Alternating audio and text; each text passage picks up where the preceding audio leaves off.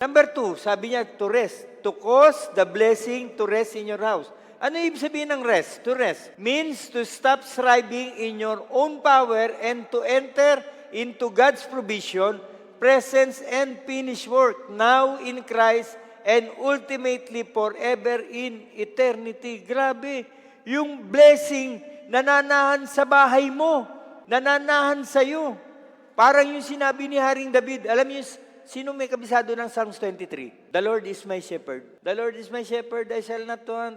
He makes me to lie down in green pastures. He leadeth me beside the still waters. He anoint my head with oil, my cup runneth over. He prepares a table before me in the presence of my enemies. His rod and his staff, they comfort me. Surely goodness and mercy shall follow me all the days of my life. Yun ang masarap. Sinusundan ka ng pagpapala. Grabe, kapag sinusunod mo yung pinapagawa sa ni Lord, hindi ka iiwanan ng pagpapala. Dati ang humahabol sa ating Bombay, 5-6.